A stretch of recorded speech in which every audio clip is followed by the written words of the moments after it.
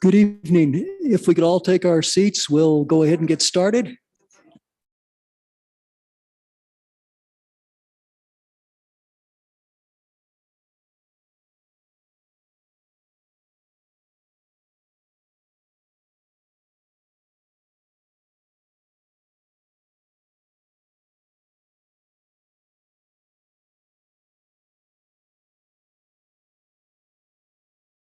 Great, thank you all. Well, it's 6:01, so I'd like to go ahead and call this meeting to order. This is a special a work session of the Manitou Springs City Council for June 14th, 2022. And we will begin with the roll call. Judy? Council members Judith Chandler, Present. Julie Wolf, Here. Natalie Johnson, Here. Nancy Fortune, Present. Michelle Weatherholt, Here. Mayor Pro Tem John Shada. Mr. Shada is stuck in traffic on I-25, and I believe he'll be here as soon as he can, but he's excused under those conditions. Great. And Mayor John Graham. Also present. Thank you. you. Okay.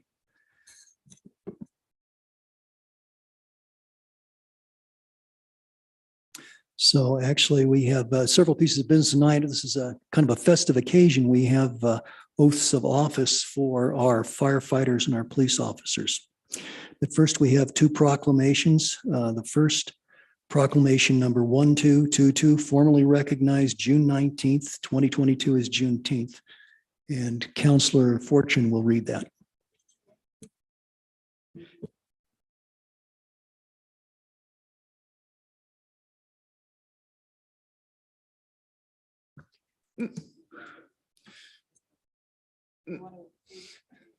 Okay, I will, it's a little bit unorthodox here. We have approval of agenda on the agenda actually tonight. This is a work session. We had talked about having a special session, but that's really for a future date. Nonetheless, I will ask for approval of the agenda. Oh, you have an old agenda. We're doing the approval of what duties. Oh, okay. So it's a special agenda. Okay. Okay, my apologies. I have an outdated agenda. It's my bad. Okay, so I'd call for approval of the agenda. So moved. We have a second? Second. All in favor, say aye. Okay, motion passed unanimously. Thank you. And if the record would show that Mr. Shada has joined us. Good to see you here, John. First item of business is approval of purchase of a light-duty truck facility maintenance bucket truck. So Denise, I move approval. we have a Second. motion, we have a second. Any further discussion, council? In that case, let's all vote. And Judy, do you want us to use the electronics? Okay, so let's go ahead and vote.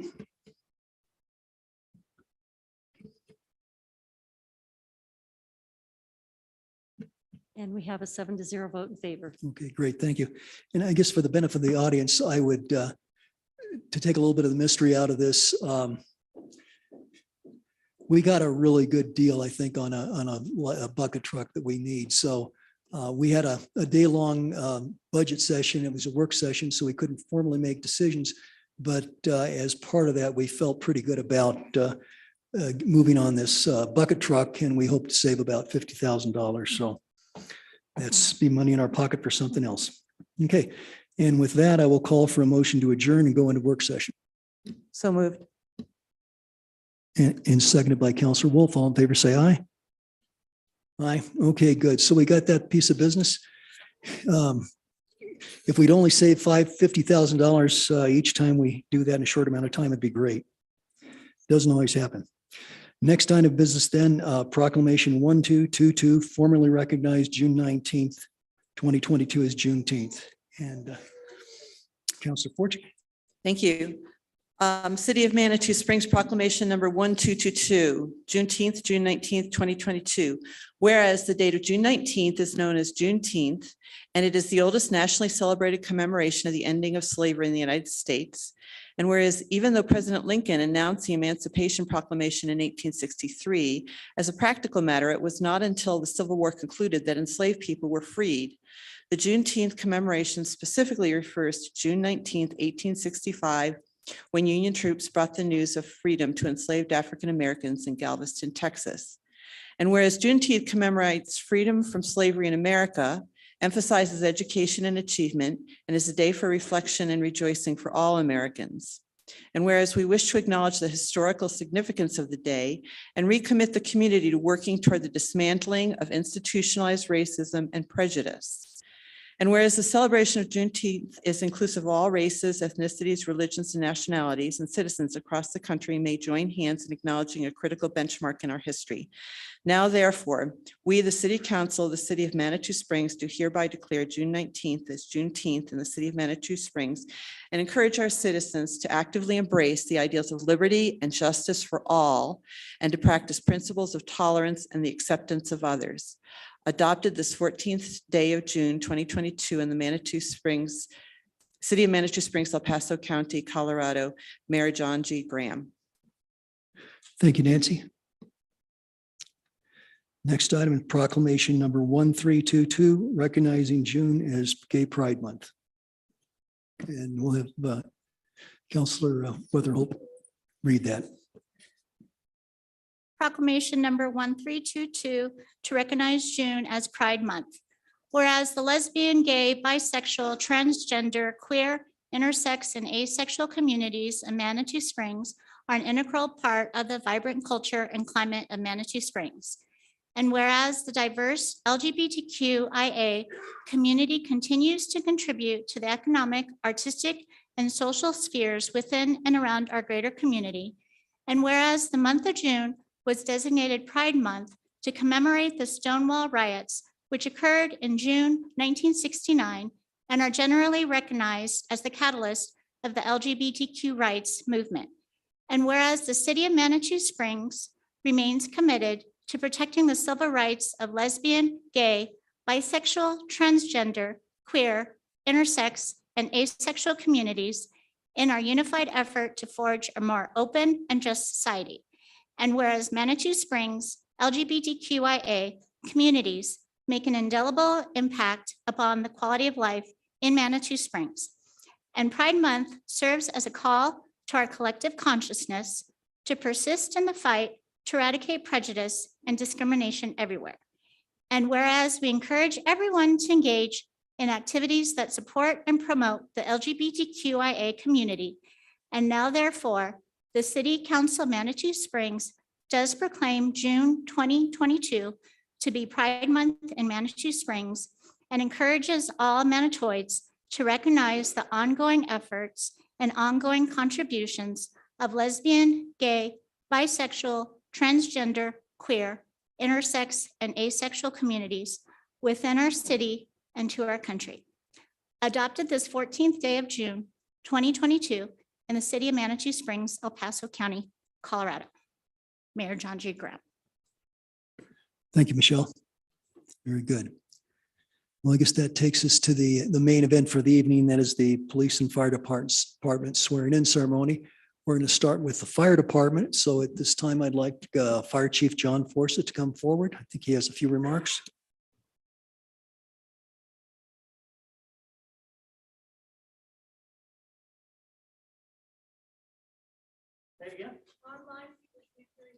So I'm sorry, John. Yeah, just grab a mic. Cool. I bet you can hear me now. Mr. Mayor, Mayor Pro Tem Shada, councilors, members of the community, first responders, everyone, for city administration. This is a lot of fun for me because one of the things that's most special to me is getting to see our folks grow and move up or move on even when they go to other departments. So this is very special. It's an exciting time for our department. Tonight, we formally welcome 2 new employees to the fire department's paid staff, while also promoting one of our current employees. Because of our very stable workforce with very little turnover, welcoming new employees like this hasn't happened in almost 9 years. Tonight, we continue 2 long-standing fire service traditions, the oath of office and the pinning of the badge. The oath of office recognizes the importance of ethical character as we provide service. It is a solemn promise to defend the Constitution of the United States, the Constitution and laws of the state and of the city. This is a promise placing the public above ourselves. It is our duty to the public then, who we are sworn to protect. The pinning of the badge is a traditional introduction of the fire department members to their new duties. There's a very rich history behind the firefighter's badge. It's deeply respected by those who wear it, as it gives great honor to those who came before us. And now the mayor will perform the oath of office.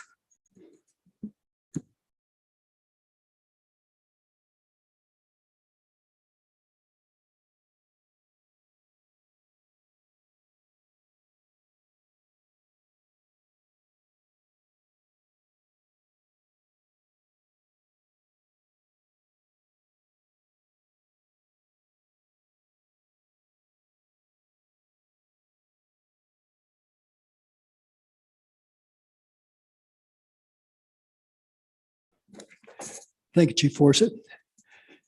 Before we start, I'd like to recognize a group that's not quite on the agenda tonight. Those are the people who really make sure that our firefighters and our police officers can do the job they need to do. That's the people who support them. That's the families and friends of the officers and the firefighters. So many of you are gathered here tonight, so I think it'd be appropriate for us all to give a round of applause to family and friends.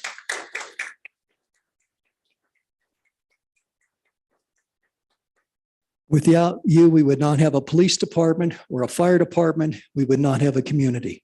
So you're really the foundation and you're where it begins. Thank you, family and friends. With that, we have 3 fire officers.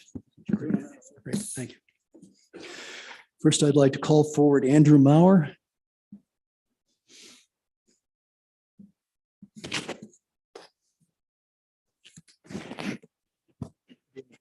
You'll raise your right hand.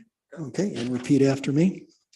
I, Andrew Maurer, I, Andrew Maurer, do solemnly swear do solemnly swear that I will support the Constitution of the United States, that I will support the Constitution of the United States, the Constitution of the State of Colorado, the Constitution of the State of Colorado, the laws of the State of Colorado, the laws of the State of Colorado, and the City of Manitou Springs, the City of Manitou Springs, and that I will faithfully perform the duties that I will faithfully perform the duties of driver, engineer, paramedic of driver, engineer, paramedic for the City of Manitou Springs, Colorado. for the City of Manitou Springs, Colorado. Thank you very much.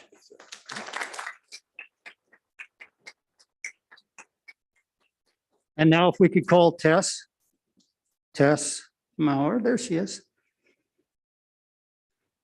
This is Drew's wife. She'll be doing the pinning tonight.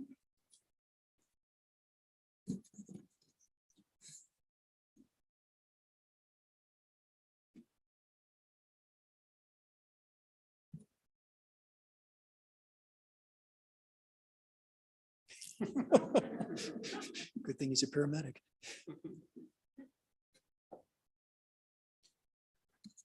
Thank you.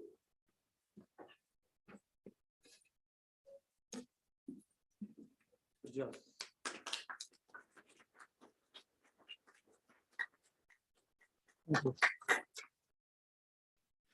And next, if we could have Katie Perkins come forward.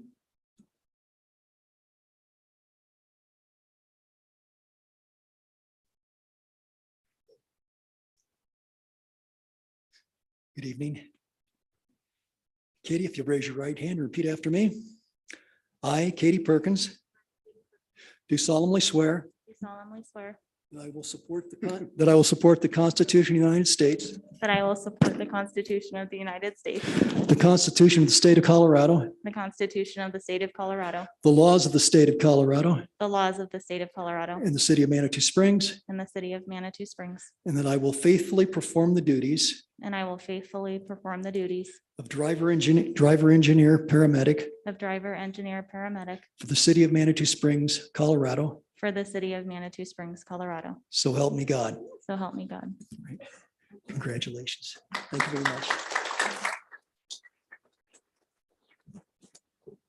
And Michael Perkins will do the pinning tonight. Michael is Katie's husband.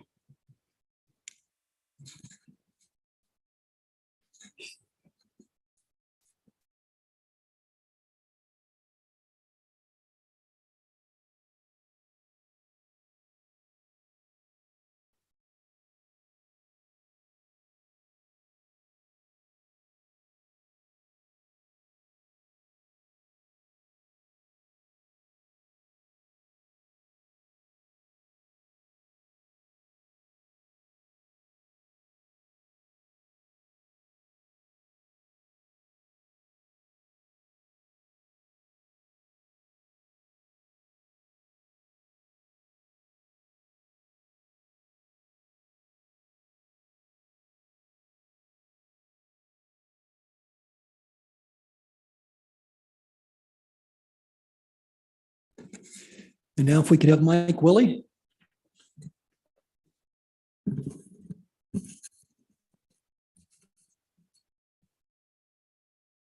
Good evening. Mike, if you raise your right hand, repeat after me. I, Michael D. Willie, I, Michael D. Willie, do solemnly swear do solemnly swear that I will support the Constitution of the United States, that I will support the Constitution of the United States, the Constitution of the State of Colorado, the Constitution of the State of Colorado, the laws of the State of Colorado, the laws of the State of Colorado, and the City of Manitou Springs, and the City of Manitou Springs, and that I will faithfully perform the duties and I will faithfully perform the duties of Fire Lieutenant of Fire Lieutenant for the City of Manitou Springs, Colorado. for the City of Manitou Springs, Colorado. So help me God. So help me God. Thank you very much.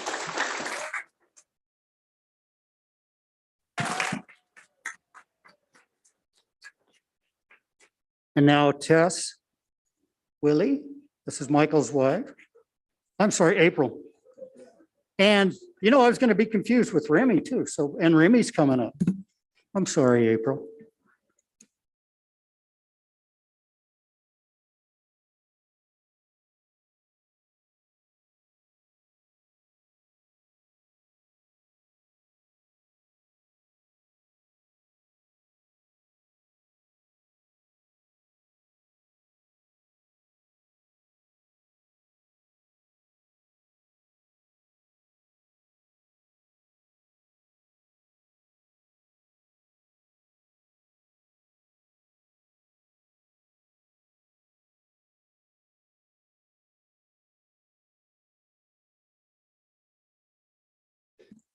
And now I'd like to call the police department forward.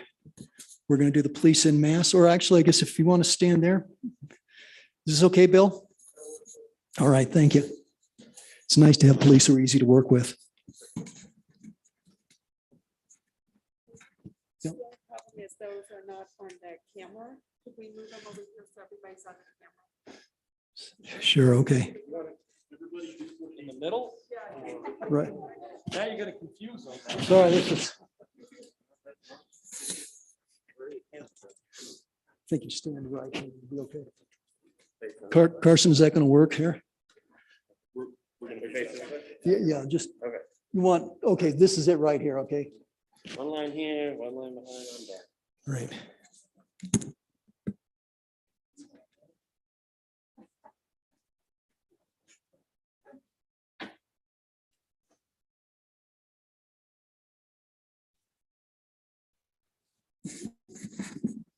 Okay, thank you all for being here. This is great. Okay, so when I'll read the oath and there'll be, of course, you'll state your name and then we'll also ask you to state your position. So other than that, you can just repeat after me. So now if you'll raise your right hand, please. It's the oath of office. I state your name. Do affirm that I will support the Constitution of the United States, the Constitution of the State of Colorado, the laws of the State of Colorado, and the City of Manitou Springs,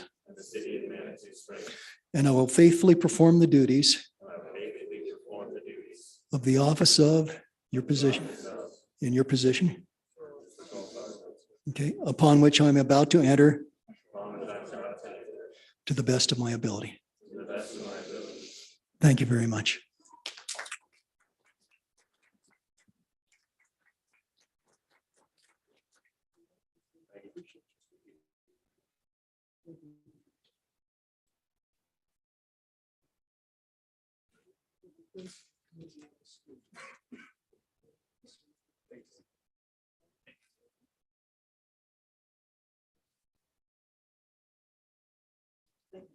Thank you all very much.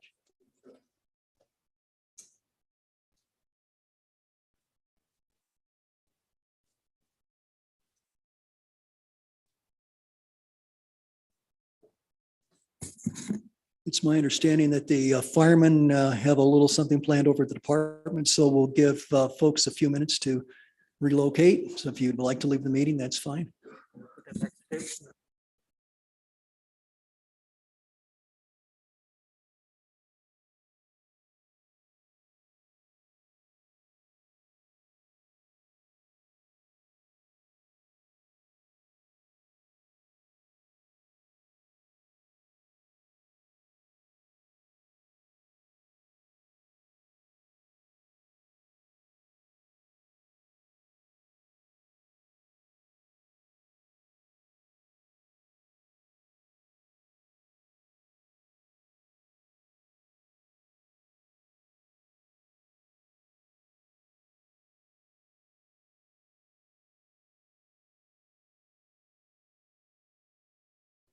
Okay, so let's go ahead. We have two additional discussion items.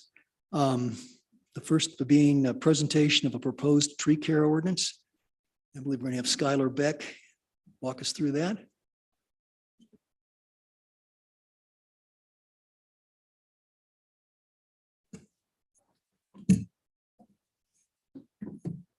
Good evening, Mr. Mayor and City Councilors. My name is Skylar Beck. I'm the Parks and Recreation Director. And I'll let my amigos here introduce themselves. Hi, I'm Conrad Schlarbaum. I'm a consultant with the City of Colorado Springs. My company is Core Sustainability LLC. Hello, I'm Matthew Nelson. I'm your city arborist. All right, Matthew joined us about 2 months ago and has been very busy. He's the most valuable player right now in the city. He's been helping us recover from the storm, planting new trees. He's run all over town, so he's been an extremely valuable asset to our department and highlighted the need for that bucket truck. So thank you so much for approving that. We are here this evening before you to present a tree care ordinance. And the purpose of today is to get your feedback and input so that we can make those changes and put this ordinance in motion. Next slide, please. So a little about the process we went through. This has actually been in the works for several months. We saw the need for a ordinance per Tree City USA requirements. Previously, the city passed a resolution and Tree City USA requires an ordinance. So this was brought to our attention a couple months ago in order to be in compliance with Tree City USA. To coincide with that, Conrad, as our consultant with all things related to sustainability, did an evaluation of the city's compliance with Tree City USA and how we're adhering to their standards and what we can do to improve. We also spent some time benchmarking against other communities and understand how their forestry division functions within the city, many of which fall under the Parks and Recreation Department. And then we also collaborated quite a bit with stakeholder groups, especially the Climate Action Work Group, the Parks and Recreation Advisory Board, the city gardener played a heavy role in consulting on this ordinance and making sure it's in alignment with some of the best practices that she has seen. And then this process is also paralleled the updating of the municipal code so that there's consistency and alignment with definitions and making sure that we're speaking the same language with this ordinance. And then I would just say, my main goal through this has really to establish that framework and a roadmap as we create the forestry division, especially with our new city arborist. It sort of provides that path and some standard of care that we would like for our trees in our community and some of those responsibilities under the new Parks and Recreation Department. So that's kind of what brought us here this evening, and I'll turn it over to Conrad to present the next couple of slides. So here's just an outline of the sections that are contained within the ordinance.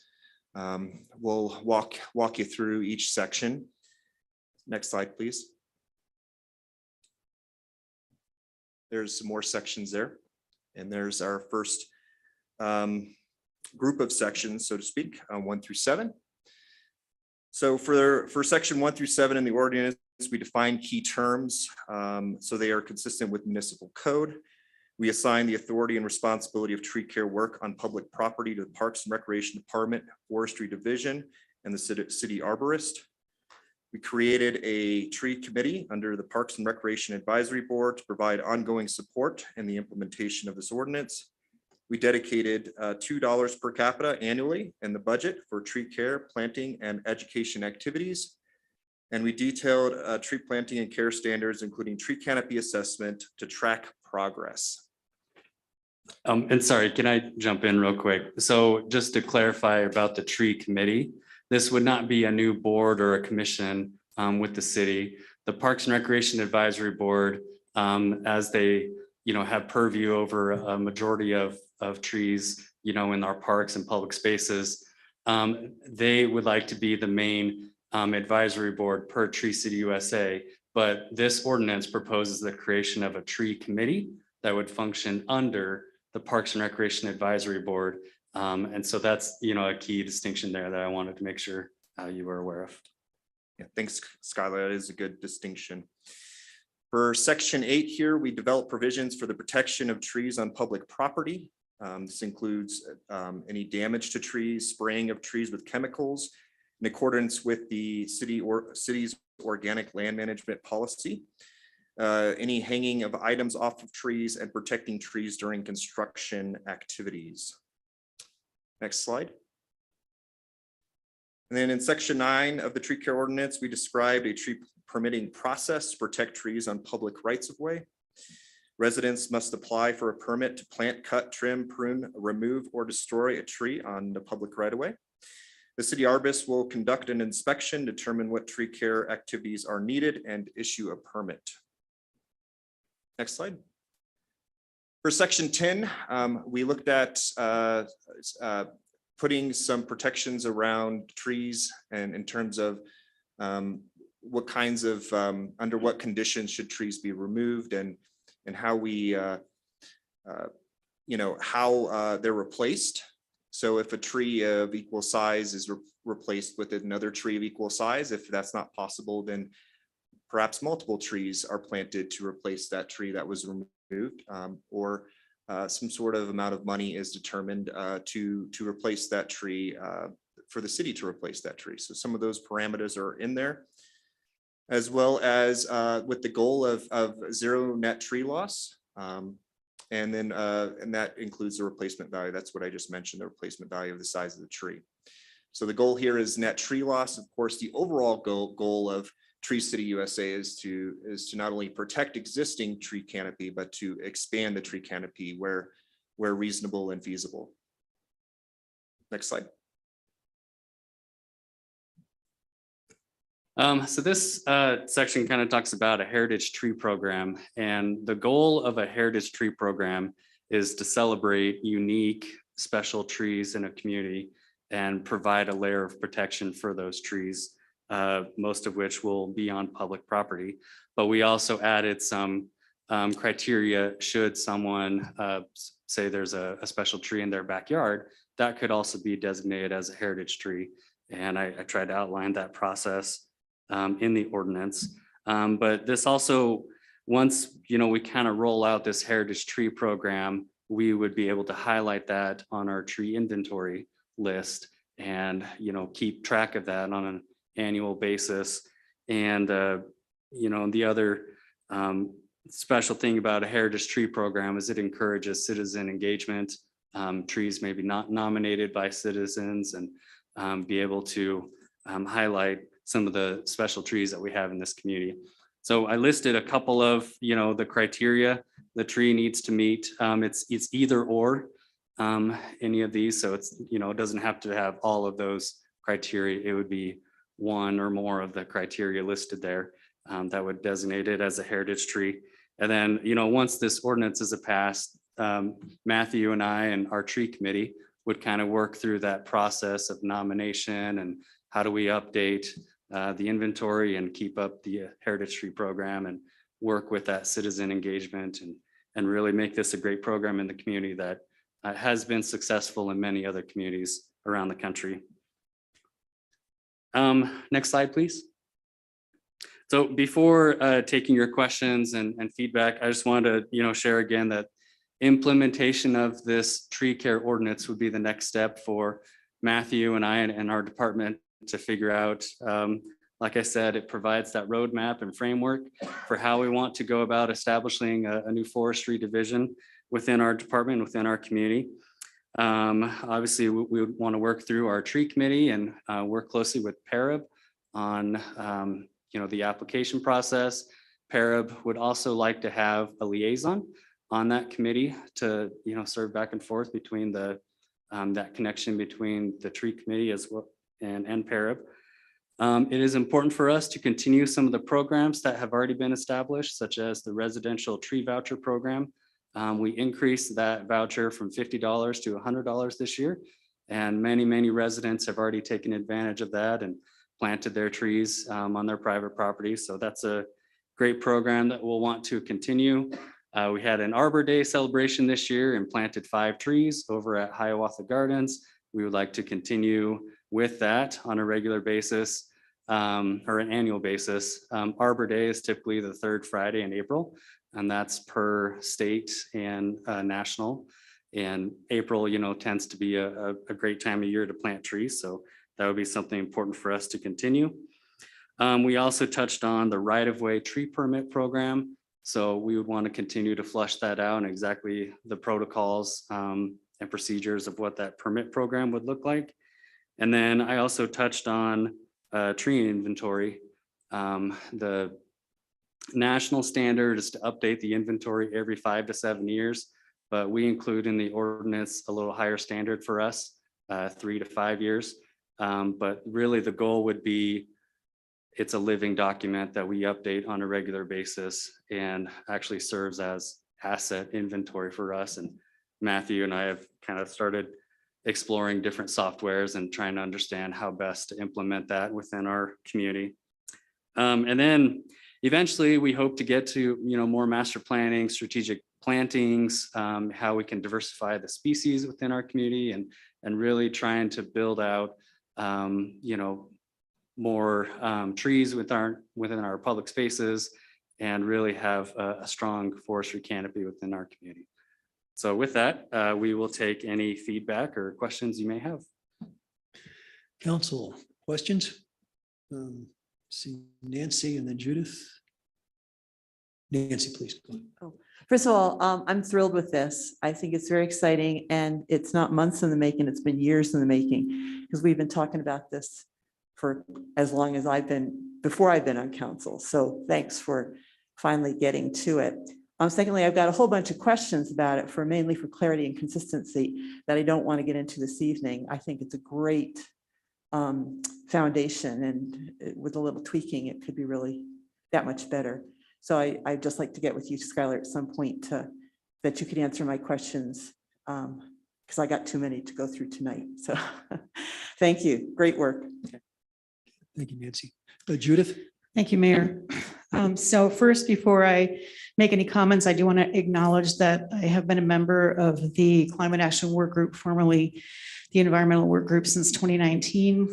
I stepped down as a voting member in March. So just to put that out there in case anybody considers that there's a conflict of interest. I do want to say something about work sessions. I want to hear what the counselors want to say. To me, getting together in private meetings and, hashing things out, to me, is not what we're here to do. And I have a number of comments. Most of them are housekeeping, but I think they're really worth bringing up. And I would really think it's important for the other council members to hear. So I'm just going to put that out there. With that, go down my list, and if the mayor doesn't call time on me, I think we can get through this fairly quickly.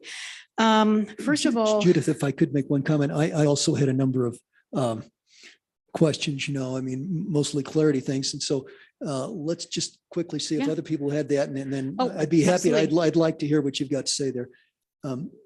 Or is anyone else of a similar Totally mind? agree. Julie? Yeah, I just had a clarity question and comment on when it says the city. I didn't know if that meant city administration or if that meant city council, and specifically on the paragraph talking about promulgating regulations, which is usually not done by a staff member.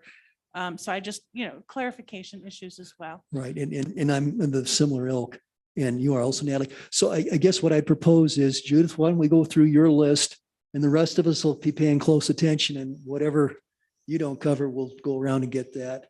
And I don't think it'll take us really a long time, but I think it'll be useful. So Judith, please. we may have many of the same issues too, so don't don't be just too scared.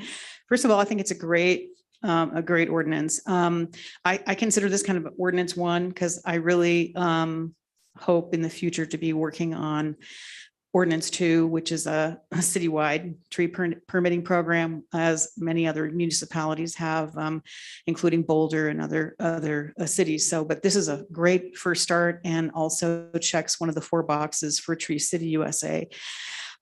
Question for comment in the title. Where it says standards for tree care on city property. On page 6, section 11, you do address protection of public and private historic heritage trees. So I know the title is very long, but I would maybe recommend taking that "and" out before standards for and add a comma after city property and say "and protection of public and private historic and heritage trees" in the ordinance, so that people know that it's not just a public tree ordinance, that you are talking about heritage trees on private property as well. Then on page, and I'm just going to go through real quick. I have just a few things on page 2, specifically section 3, authority and power, but also just all throughout this ordinance. This is just something I say on every ordinance and resolution, nothing about you personally, but we as a council have, really try to be mindful of having gender neutral language. And so I would just encourage you to go through this document because there might be a time in the future when we have a Parks and Rec director that's not male, so, or not female. So any of those. So that was my comment there. As far as the tree committee, which I think is wonderful, I see that on page 3 under authority and power, that delegation of authority and responsibility, the director of the Parks and Rec Department and his or her designee hereinafter referred to as a director shall have full authority and responsibility to plant, prune, maintain, and remove trees and woody plants and so on. So the Parks and Rec director has pretty much sole authority to make that decision. And I'm always try to be mindful of people who volunteer to work on committees and boards, that we don't set up a board where that the board members or committee members are powerless to make suggestions. So I am recommending on page 3A, forestry duties, that we add an 8 and a 9. Number 8 to read, the board will advise the Parks and Recreation Director regarding tree removal and where appropriate, recommend alternatives to tree removal when other options are feasible. And I bring up 2 historical facts to back this up. One, the Canyon Avenue tree, which has now been replaced with, well, we did plant 2 trees. Conrad, you were there that day, but that Canyon Avenue tree was a historic heritage tree removed by under Nicole Nicoletta's mayorship and replaced with a faux tree interactive. I really feel like that the committee should be at least advising when feasible. So that would be a recommendation I would make. And the number 9 I would add is on section 11A, you specifically call on the committee a heritage or historical tree is designated by the tree committee based on meeting one of the following criteria. I'd add that as number 9 because that is something that you actually call out in the document that the committee will be responsible for. The same comment as Councilor Wolf on page 4, section 8B. At the end, without first having obtained permission from the city. I wasn't sure if you meant city administration, PARAB, the tree committee. I'm not sure what you meant there. So if you could clarify that, that'd be great. And then G on the page 8, on page 5, I'm sorry, trying to go through this really quickly. Section 8, protection. On B, you say without first obtaining permission from the city. And then on G, you say exceptions to this policy need to be approved by the Parks and Recreation Advisory Board. So I think those 2, just we need to know who that is. And I'm almost done here. Let's see. On page 7C, the process for nomination for heritage tree. It says city property. That should say city or private property or and private property, because you mentioned that it can happen on private property. I'm sorry, And- where is that one? So, sorry about that. And that's my last one. It's so section 11B, I'm sorry, section C, section 11C, Okay. number 1. It says on any city property, but you're referencing heritage trees at this point. So I would Oh, okay. recommend adding city or private. Okay. And that is all I have. Thank you. Okay, thanks. Great. Thank you, Judith. Other counselors, or do you have so many things, Julie? I just have one other thing, Skylar. 5B as in boy. It's the same issue there. We just need to know what you're proposing and then we can have a discussion about it. But that says that the city has to approve standards, regulations and rules. And so we need to know if you're proposing that that be exclusively within the power of some city employee, if so, who? Or if that has to be approved by council, whatever your recommendation is, so we can look at that. That's all I have. Natalie? All right. Yeah, so my first question was about the budgeting. I didn't think that we could hold future councils to any funding situations or particularly departments, so I don't know how that works. I can address that. I can answer that question. Well, why don't we let Natalie finish here? Okay, so that was just my first one, was that I wouldn't mind if para dedicated, I mean, I don't know if it's us. Anyway, okay. So just while we're on that, that's actually a Tree City USA standard is $2 per capita.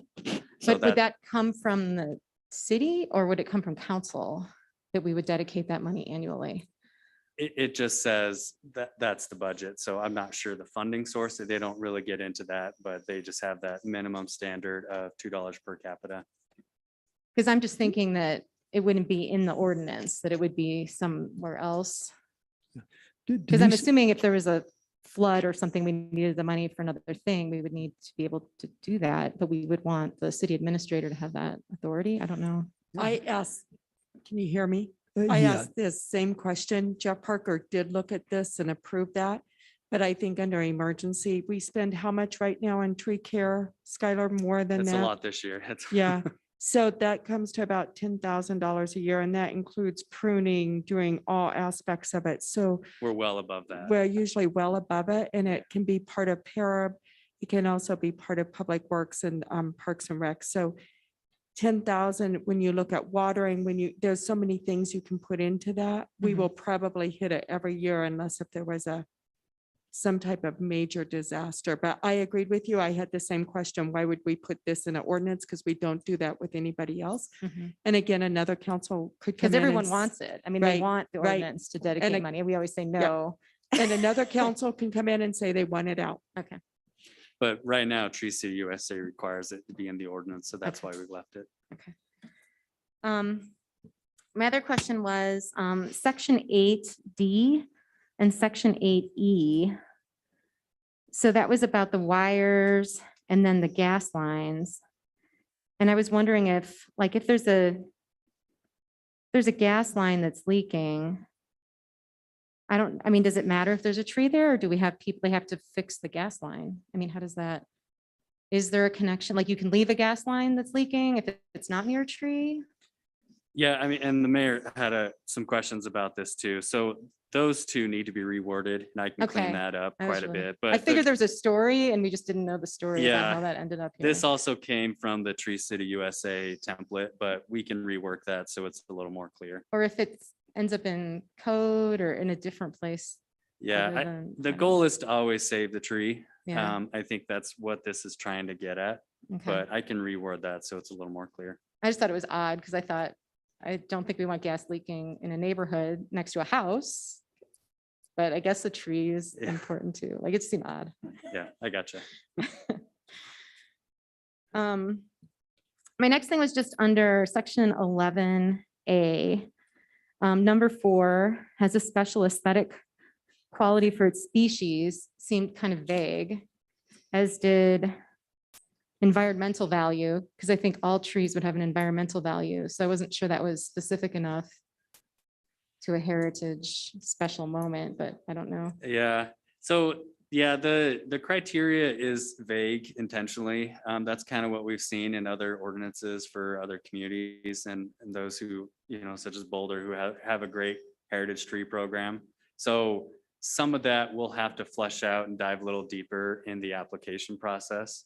But yeah, I agree with you. The criteria right now is somewhat vague, but Because I think all trees have environmental value, sure. I would think, but okay. Yeah, And then my last thing was just above that, actually, 5, the visible to the public along major roads. That was another one where I thought a lot of the trees I see struggling the most are trying to grow in the sidewalk and under roads and under wires.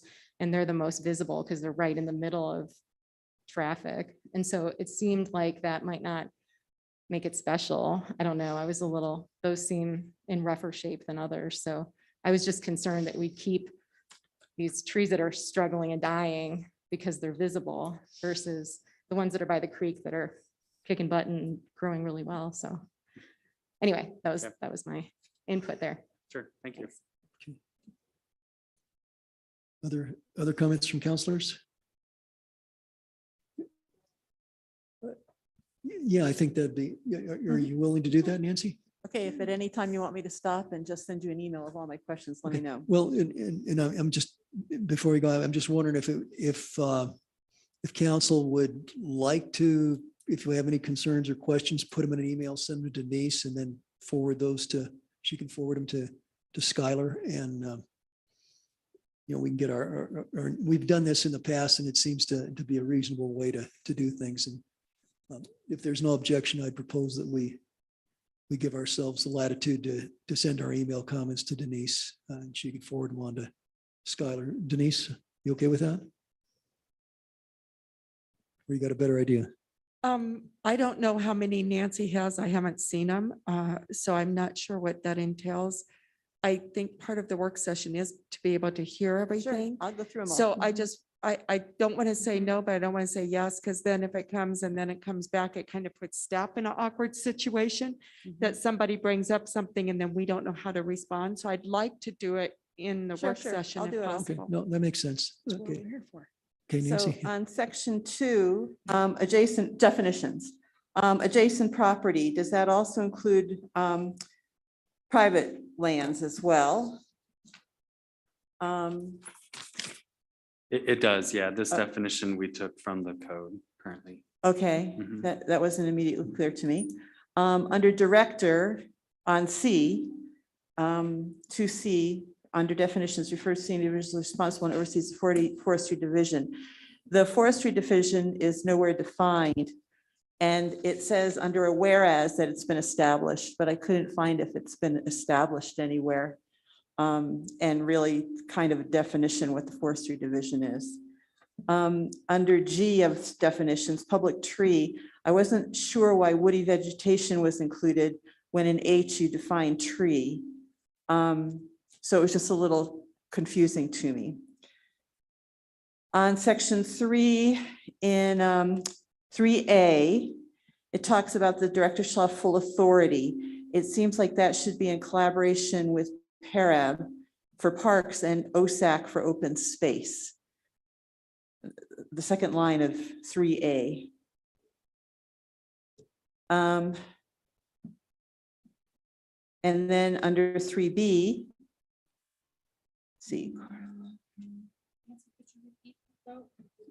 Sure. No, I'll get to the tree committee, okay? Let's see. Oh, I was just wondering, it's directing all city departments will coordinate as necessary with the director and will provide services. So it sounds like that's a given as opposed to as priorities. Usually the city administrator establishes priorities. So it just wasn't clear if that was directed, if they had to in the future, or if depending on priorities that you might not have full access at all times. In section 4, third line down, chapter 2.19, it pertains to OSAC. So that was confusing. And then then in the last line there, 2.16.010 is PARAB. So it's just some housekeeping stuff. Sorry, can you say that one again? Sure. Section 4, tree committee. It refers to the tree committee shall adhere for the provisions governing boards and commissions in chapter 2.19. I believe 2.19 is OSAC, but further down it talks to PARAB and as 2.16.010, and that is in fact PARAB. So it was just I'm not convinced that the references there are correct. Under A, forestry duties, I would, and I think Councilor Chinlow already brought this up, I would add an 8 that they would have the heritage tree program, basically establishing that, and then 9, establishing a tree subcommittee. Under B, on tree committee membership, I Nan- would are eliminate you that catching whole up? section. Nancy, can we hold just a second? Skylar, are you? Yeah, what was the catching last all one of you it? said? Okay. So Under us some A, time. under the forestry duties, I would add 8, heritage tree designation or policy or something to establish that Yeah. policy. Okay, And and then 9, establish a tree subcommittee under the forestry duties. okay, Under B, the tree committee membership, I would eliminate that entire section because our existing ordinance 2.09.130 already establishes the process for establishing subcommittees. And I think my personal feeling is the way you've established this tree subcommittee is problematic. I'm in complete agreement with having a tree subcommittee, but I just think it's problematic right now and because we're too specific about way the too number. specific, I think. Yeah, it's unnecessary. And I think PARAB, for instance, in B1, PARAB does not appoint, let's see. They can advise, PARAB can advise, and the tree committee can advise and make recommendations, but they can't make decisions. So there's just a whole lot of, I would just think that it might be worthy of relooking that entire tree committee membership and how you establish that. Under section 5, I have the same thing with city and council, whether it's city staff. Under 5B, it says city, should that be council? And I would just go throughout, do a search because Sure. multiple times you've referenced city and it's unclear really who has the responsibility. Then under 7H, oh no, I addressed that already. Under 7I, does PARAB have, it says exceptions to this policy must be approved by the Parks and Recreation Advisory Board. And that's for the entire city. Is that your intent that the PARAB has responsibility for the entire city rather than just those in parks? Well, To a certain degree, yes, because of your tree subcommittee. right, and because PARAB is the official, tree board per Tree City USA, so Right, that's why we okay. included that. But it does talk about the city's organic land management, which PARAB certainly addressed. But I was just unclear if PARAB should have responsibility for the entire city or just for parks. For instance, OSAC has oversight of way more land than PARAB does. So should OSAC be involved? For instance, should OSAC have a member on that subcommittee as well? Yes, they would like to have a member as well. Okay. Yep, that'd be great. Okay, 8 has city a couple more times. And 8D, let's see. And I had hoped that I could just sit down with you rather than have, so some of these I haven't written out exactly what my concerns are. I had written that last couple of sentences in oddly placed. The preference is to preserve trees with pruning. Discontinue. I have to go back and look at that again to find out what my actual question was on that. Yeah, that one I know needs, D and E both need to be reworded Okay. a little bit. And F. Last measures, the last sentence, shall prevent injury to any street, tree, or shrub in the vicinity of such work. And is that specifically on city property? Is that pertaining to, or anywhere? I mean, you've talked about. Oh, where it says street tree. We don't really have street tree defined. Is that what you're referring to, In Nancy? part, but is it, is there going to be private property entailed in there as well? And you do later on talk about private property, but it just in terms of work, but it just, again, it was not clear to me. In 9, or I'm sorry, G, section 8G, exceptions to this policy need to be approved by the Parks and Recreation Advisory Board. Again, that I question whether they need to be approved, that or just recommendation or done in collaboration with city staff or council. I'm not sure, but it seems like you've vested an awful lot of power in PARAB, which is fine. But again, PARAB or all our committees and boards are recommending entities, not decision-making entities. Okay.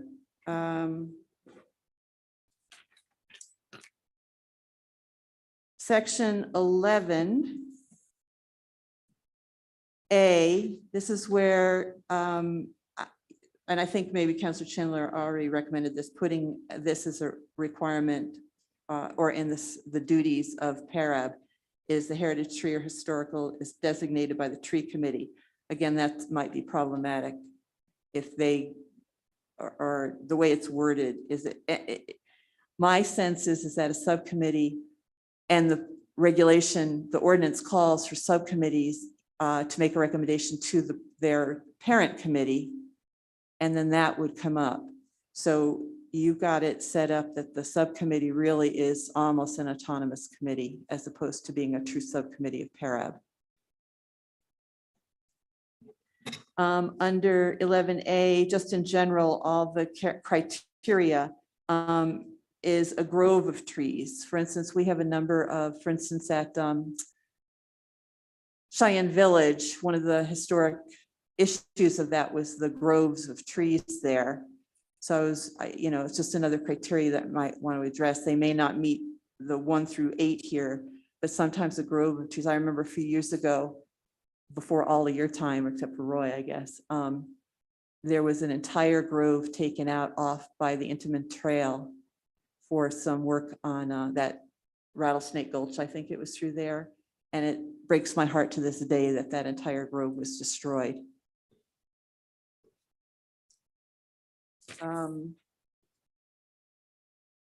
I think C might have already been addressed in, let's see, 11C1 on private property as well. You brought that up already, right? Okay. Yep. And then in 11C7, I think later on in the you mentioned that future owners are not bound to protect those trees. They will be encouraged to, but we cannot force them to protect those trees, correct? Yeah, we would make them aware of the heritage tree status and work with them to maintain that status. Okay, 11D2, all of those are redundant. I wasn't sure why you made them redundant with 11A. Except for H, I think you had, I don't know, I think that they were all redundant, but perhaps there was one more on 11D2.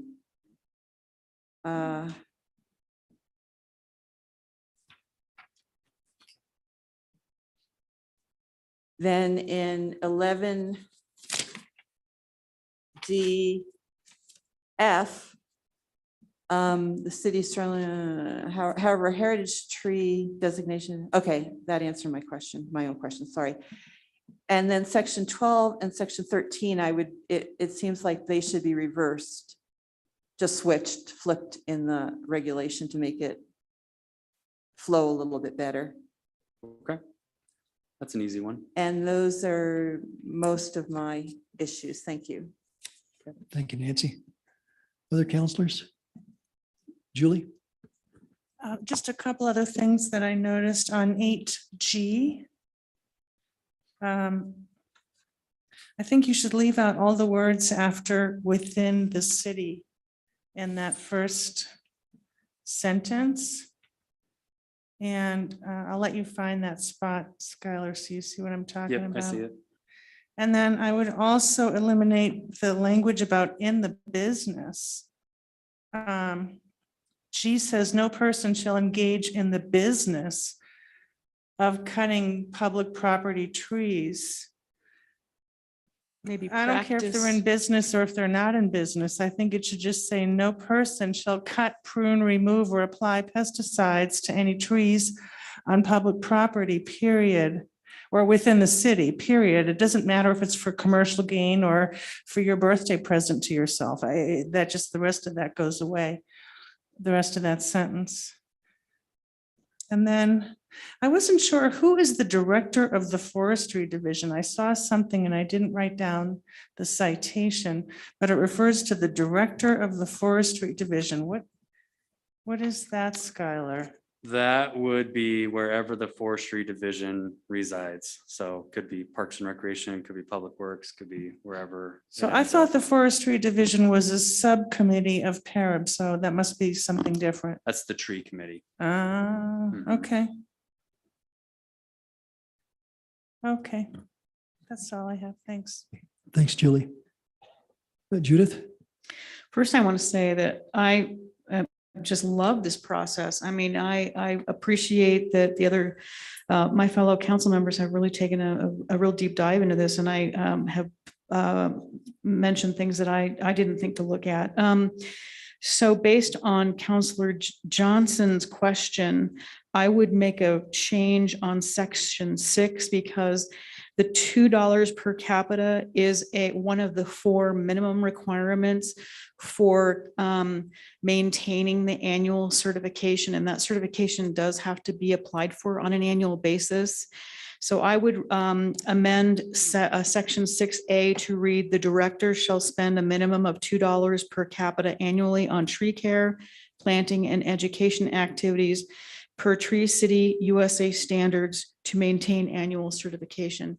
That way, you know, because Councillor Johnson does make a really valid point. Based on the comments that I've heard, I would probably recommend that we added at least 1, maybe 2 definitions. So on page 2, I would define arborist, because a lot of people don't know what an arborist does and the education and certification criteria involved. So I would add that. And then on J, you mentioned tree canopy assessment. And then in the meat of the document, and I can't remember what page it is, you mentioned inventory. So tree inventory and canopy assessment can be 2 very different things. Some people consider inventory as we're going to just count the trees. So I would like to see some language in every, I think you said every 3, but no greater than 5 years, that we do a tree inventory and canopy assessment. And if we need to define tree inventory as being different or define them together, that might be something to think about. And then I had just one question, Mayor, if I may. I'm not sure, did you? Yeah, now's a good time. Go ahead. So I'm assuming that the trees that are currently residing in on city property that are on between the curb and the sidewalk of residential property, that's city property.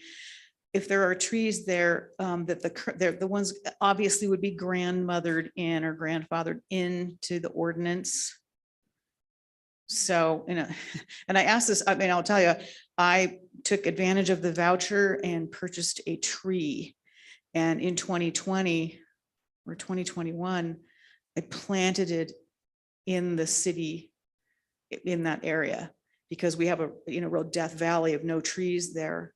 So I made sure I got a tree that was a certain height that wasn't gonna interfere with the power lines, but that tree is suffering. It's coming back, but it's suffering. So if this ordinance passes, for example, I'm gonna have to apply for a permit to get it pruned because it's alive, but it's struggling.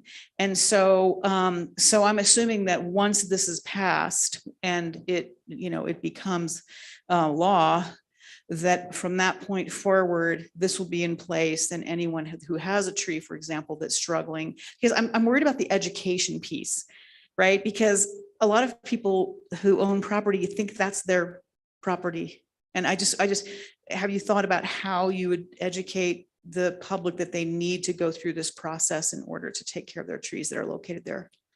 Sure, yeah, that's certainly a great question and good point. There will need to be a heavy dose of public education. We have a very skilled arborist who's knowledgeable and understands best practices and what's going to work for Manitou Springs. So the idea behind the permit program is to make that expertise available to the public. So that's something that we would certainly work through, and those details, we haven't quite gotten there yet on exactly what that would look like, but the intent behind it is to have more, rationale behind decision-making around those right-of-way trees. Okay, great. Thank you, Judith. Skylar, my fellow counselors have addressed a number of questions that I had and concerns, but I still have a few, so I'll beg your indulgence here.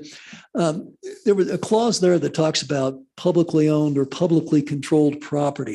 And I was thinking, well, what would we have where it's publicly controlled, but not really publicly owned? And it struck me that the cemetery presents an interesting situation. In a sense, that's public land, but any of us who have family up there, we're pretty territorial about that. I don't know if we allow tree planting at the cemetery. Can you provide some insight? I mean, I'd have to look at the specific language, but I believe all the trees that are planted in the cemetery are publicly owned. Those are on the public. Those aren't part of plots. Okay. They are in specific areas where it is not, someone can't purchase that plot. It's public. And that would be my understanding for Manitou Springs. I think Evergreen Cemetery in Colorado Springs and Fairview, they allow or they used to allow families to plant trees. They were fairly specific about what could happen. Yeah. That would be kind of a sensitive issue. So I think it's worth giving that a thought before we find ourselves trying to resolve it empirically. I'll double check, but I don't think we allow trees to be planted on private plots. Okay, and we talk about woody vegetation. I guess that could qualify as shrubs. In the past, people used to plant rose bushes up at the cemetery and some other things. Again, it's probably not a huge thing, but I think we should think it through before we make it a law. Sure. So that would be one thought. And reading through this, I also, I got the impression that this was a document that had multiple authors, so that the continuity and the sort of the integrated quality we would like for a finished piece as an ordinance, I think it's not there yet. I suspect that this could be thinned out. As Councilor Fortune said, there's some things there we talk about membership, which I think is pretty well addressed elsewhere in the city code. So I don't know if that would necessarily be required. If you started off with a template from Tree City USA, you can see how that stuff would be in the original document and remain in there. So I think probably a good scrub is needed. Okay. But it seems like the concepts generally are, council is, in large part, I think, resonating. We just have some things we want clarification. It's better to try to think these three things through now than later. Yeah, That No, does be some my, great feedback. my comments. Anything else, council? Denise? Mayor, I'll just say with the comments, which are all wonderful, and thank you for your feedback. I know it gives them direction of how to move forward. I don't see that this will be on the next council item for approval. They'll need to go back to PARB. So know that this will probably be a month or two out before we come back to council. And I recommend that we come back as another work session before we go, because I think we've heard all of you, and that doesn't mean that that's the majority, but they've heard, they'll go take it, they'll digest it, they'll make some changes, and then we'll come back for another work session to really do another one of these before we go for a first reading, where we look at if that works for this council. That seems reasonable. Question. Mayor. Yeah, Judith? Was it excuse me, sorry, was it the consensus that we were to mail our comments to Skylar and, Yeah, I think. I mean, if would you, because we gave you a lot of Yep. stuff, and I'm certainly happy to send it also in an email to you. Is that the consensus?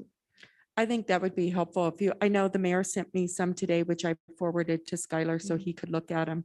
So if you can send them to me, then we'll go ahead. We do have the recording, which is great. That's one of the best things about this. So Skylar can go back, but anything in writing is also very helpful. So we don't have to go back and re-listen to the recording and interpret some of the comments. So writing is always great. Can I guess a question for Skylar? I mean, I think we'll come up with a better product in the long run, but does this present any hardship to you or your staff to delay this? I would just say, yeah, Denise is right. It might take a month or two to incorporate all the feedback and make sure it's closer to a final product before I come back. So I think that's a reasonable a month or two would be okay. Okay. Julie? Is there any particular deadline that we need to be aware of with the Tree City requirements about this being in the ordinance and all? No, they just asked okay, yes, we re-up our certification every November. So that would be our deadline. Yes. Thank you. Anything else from council? If not, I hope we were able to share our ideas with some reasonable articulateness. And thanks for your time. Yeah, thank you. We'll see you in the future.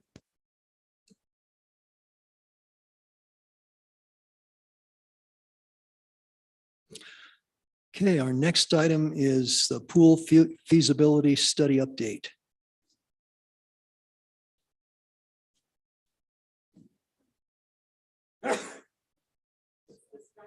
Yeah, this is a Skylar evening here.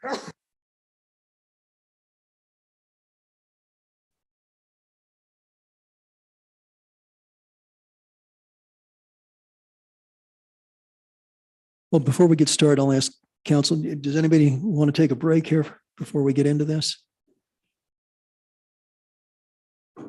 Okay, let's take a 5-minute break here, and then we'll get started on this. Okay, 5-minute break. Thank you.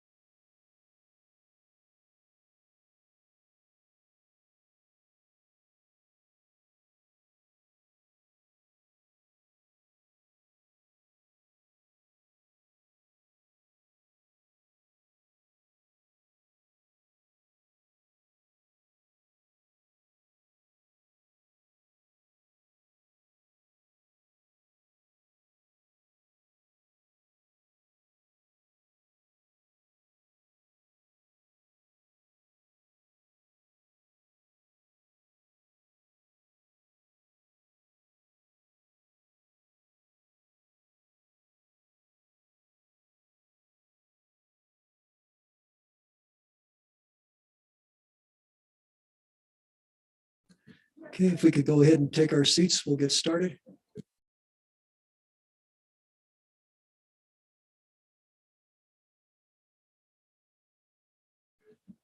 Okay, Skylar, you and your folks have the floor. We're excited to hear about the pool. All right, thank you. Skylar Beck, Parks and Recreation Director. I'll let my team here introduce themselves. Cindy Buckley, pool manager. Turn it on. I'm Dave Sprague with Olson LaVaugh Collaborative. We're the project lead.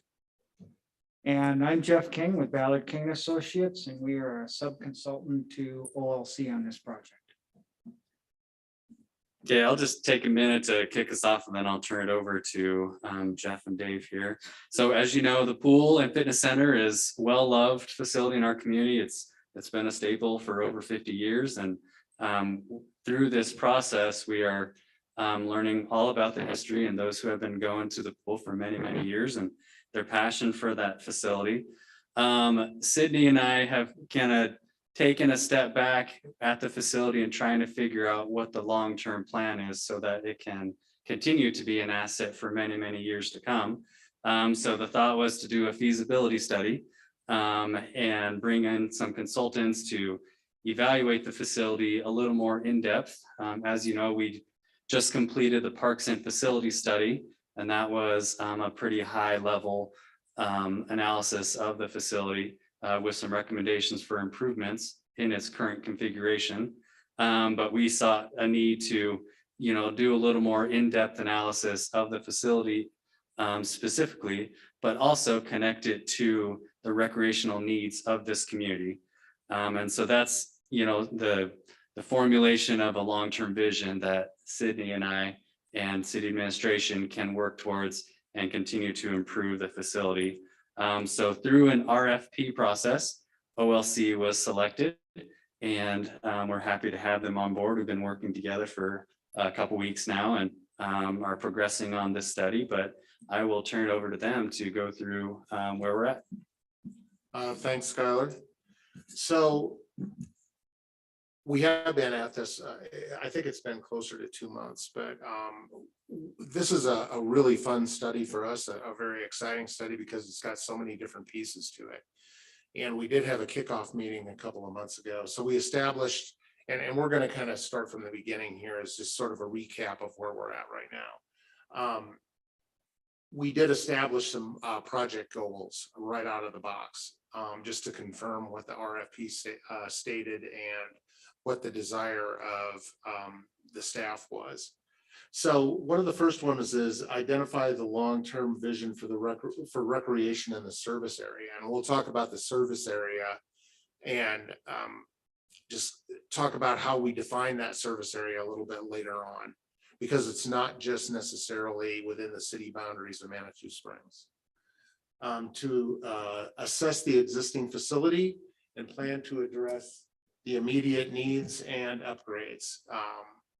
It's a building that was built in 1970, so there's constant need of repair. There's things that are in need of repair. So it's part of our scope to determine what those things are and what the priorities are. Assess the need of the service area. By need, that means recreation need, and determine a response to improve critical unmet offerings. There's within the service area, there's not a lot of providers of recreation. So there's an opportunity there to sort of grasp this larger audience that exists both within Manitou Springs and outside. Predict how perhaps a newly constructed amenity might perform fiscally. That's the operations part of this. Provide design solutions for alterations and improvements on the Shriver Park site. So this may entail additions to the existing building, or perhaps we'll take a look at a totally new building on the site as well. So it's all of those different things all wrapped up into one study. So to do this, our project approach really has 3 distinct phases to make it work, and they all fall in sequence with one another. So we start off doing a market analysis And that's really an analysis of the demographics of the service area. We have begun, this is, by the way, that currently we're involved in right now in this phase of the project, the first phase. Part of it is an existing facility audit. So we have engaged another sub-consultant, Councilman Hunsaker, to look specifically at the pools and what the pool systems are in need of as far as reconfiguration and repairs goes. And also the building in general, the physical plant and its totality, and also the surrounding elements out on the site, meaning the pools and the outdoor spa. We also conduct stakeholder meetings and staff meetings and have public input. And we'll talk about this phase a little bit later on in more detail. Then once we've gathered all that information, that's sort of the discovery phase, we move into programming and design and upgrades analysis. So this is where we have a response to what the need is. So this is sort of the response phase in both a narrative and programming, meaning elements that would fit to meet that need within the community. And then potential alternative site and requirements and operational analysis. So that's the final phase. And then the final report would also be included in that as well. So those are the three phases that fall in sequence with one another. So this is where we're at currently in phase one. And we've developed a service area. And we've assessed the existing programs within the service area. We've taken a look at the demographics. We're looking at department policies. We have conducted a building audit. We're compiling that information now, and we are creating a priority list as far as remedial measures that need to take place. And then we've also had community input. We've had one public meeting. We've had stakeholder meetings as well and staff meetings. And we've also conducted, the city staff conducted an online survey as well. So we're really looking at a lot of different areas for input from the public. Next slide, please. So I'll defer to Jeff on this. And what you're going to see here are some illustrative images of, and this one does happen to be of the Colorado Springs and Manitou Springs area. And these are not final images, but these are the likely images that you will, similar images that you will see turning up in the final report. Thanks, Dave. You go back just a quick second. Let's make one quick comment on the service area. We recognize that, Manitou Springs is in the green, but we recognize that your city enjoys the benefit of people wanting to come here, and that service area is expanded, perhaps a bit larger than what we might normally find. But we did include a secondary service area that gets into a portion of Colorado Springs and all the way up to Woodland Park, and feel that really is where a bulk of the users are going to come from, primarily in the green area, but secondarily in the kind of reddish shade. Next slide, please. So some of what we're sharing are just illustrative. It's a kind of material that we're pulling together, but we'll take a look at median age, because we know through experience that age and income are two determining factors that drive participation in recreation type facilities. So that's some of the information that we'll take a look at. Next slide. And as we work through median age, median household income, income distribution, we also look at things like recreation spending potential. And that's a form of an index. So we start to get a sense for what kind of appetite you folks have in Manitou Springs for participant sports or recreation leagues or lessons, those types of things. Excuse me, could you kind of address how you figure out that index? I mean, apparently it's not a percentage because some of that's, there's one value at least that it's 115. So, Yes, it's based on 100, the yellow that you see, that's pegged to the median US number. So if your cylinders are higher than that, it shows a stronger interest. If it were lower, it would indicate less interest. thank you. Could we go to the previous slide? I'm sorry, I had a question on the age, median age. So I was just confused. It's all tied to the national. Oh, I'm sorry. 2 backwards, please. Next slide back. There we go. So I was just, so that's the median age of people in in the primary of people in Manitou who use it. So in Manitou, it's in 2021, it's been median age is 40. Meaning that we don't have a lot of younger people using it. Now you'll see as we assemble more information for you and for the city.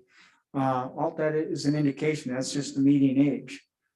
So you've got, it's not an average. So you got half the people that are older than that and half the people younger. That's where you're at, and it's a comparison where you look at the city of Manitou Springs, the secondary service area, the state of Colorado, and then national in yellow.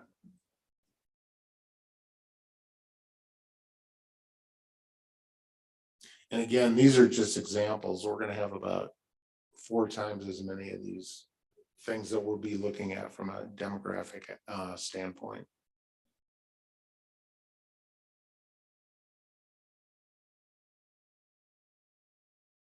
And there was an online survey as well, and this is just 2 of, I can't remember how many questions we had, maybe a dozen questions. And I think there was 124 responses online, and we just received a couple of more write-in ballots, I guess. So these 2 questions are just exemplary of 2 of the dozen that were on. A lot of them had to do with demographics. Where do you live? How long have you lived here? Do you own? Do you rent? Those types of questions. But these were, back again, please. These just show in general what kind of improvements that citizens would like to see within the recreation offerings within the service area. And then another question regarding, does the existing facility meet your needs? So pretty big general questions there, but all helpful at the end in compiling all this information to craft that program for what's right for the community. Next slide.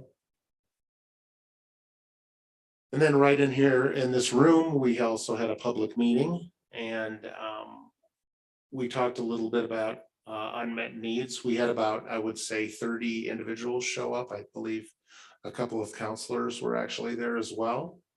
So this was a list that we generated of what they felt the unmet needs were in the community and kind of what the vision would be looking down the road as well.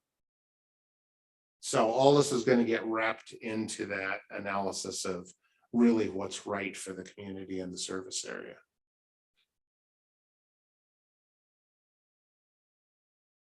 Next slide. So the next part of this, phase 1, is the assessment of the existing physical plant. And Councilman Hunsaker is a national aquatics consultant, aquatics design consultant. So they specifically looked at the pool and all of its, all the pools, the indoor, the spa, the outdoor activity pool, as well as the outdoor spa. And they've assessed what needs to be done. And they have crafted a report that we're going to roll into the final product. So that has already occurred. Next slide, please. So then we take all that information and then we start to craft a program. And by program, what that means is at the end of the day, it's a written document that shows what areas are lacking. Like we have, for example, we've heard we need more fitness space. Well, what's the appropriate amount? We need more community rooms. That's something else that we've seen. We need indoor activity pools. Well, what's the correct amount? We don't have enough, the correct number of lap lanes to hold a proper meet. So all those things come into play, and then we try to strike that balance as to what's correct. So that's what the program is. It's a list of all those things that are unmet with the current facility. So we take that list and we put it into what we call an interactive program area summary, which would have something like, for example, additional fitness space. Maybe we need another 2,000 square feet of fitness space. That would go into this program area summary, and there would be a cost associated with that. So you could predict how much it would cost to build that. And it goes through every single piece of the building. New locker rooms, our locker rooms are inadequate. What would it take to build new locker rooms? Or remodel the old ones, or maybe both. And then we'll start doing a site analysis. We'll start taking a look at Shriver Park and how much area can be accommodated if there's an addition warranted, how much area in proximity to the existing facility could we add? Or maybe there's an alternative spot on the site where we could build if it's deemed that the pool is inadequate. So we'll be talking about those sorts of things as we move through this program development phase. We'll be taking a look at adjacency of space and facility flow. The existing buildings on a long, narrow piece of the site makes it kind of difficult to flow back and forth. Roy has told us some stories about having to put up temporary barricades in the fitness area to get outside to the activity pools.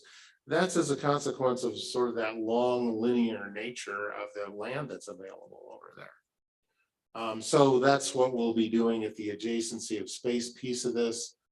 We'll be taking a look at phasing options. There's a high likelihood that maybe if there's renovations or additions done, all this can't be done at one time. There may not be the anticipated funds available to do that. So then the other part of this is this would be for what's current. This would be in response. The last piece would be in response to the facility assessment that we're doing. Right now, there's a capital improvements plan. We're going to prioritize within the capital improvements plan for what needs to be done right now. And how long can these repairs last? How long can they really extend the viability of the existing facility? So this is a complicated process. It's got a lot of moving parts and pieces to it, but these are the questions that we'll be answering in the study. So that's phase 2 of the program development. And then we move on to phase 3. These are some of the things that will also happen in phase 2 that will help with that program development. And I'll let Jeff talk about these slides a little bit. Yeah, we'll roll into that phase that Dave's talking about by looking at some of the activity trends and what's going on with participation in those trends over the last 10 years. Not that that's the only piece of information, it's just one of several different tools that we'll be using. And these are national trends. Yeah, and this is all national information. Can I just say I'm astounded not to see pickleball on there? We just had a conversation about pickleball within our office this afternoon, and there is, it's finally gotten to the point where it's registering on the top 55 activities. About 4.5 million people are playing it. So we just recently have acquired some information that talks a little bit about that breakdown of who's playing pickleball. This starts getting, again, it's a market potential index for adults. And as one of the counselors mentioned, the median age. So you do have what appears to be an older community.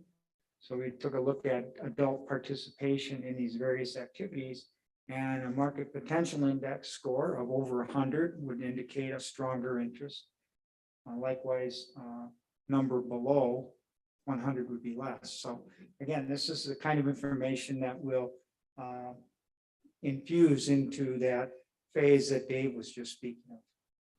Yeah, and back to the pickleball, we certainly won't lose track of that. But one of the things that we do consider in this is what kind of spaces can be used in a multi-use protocol.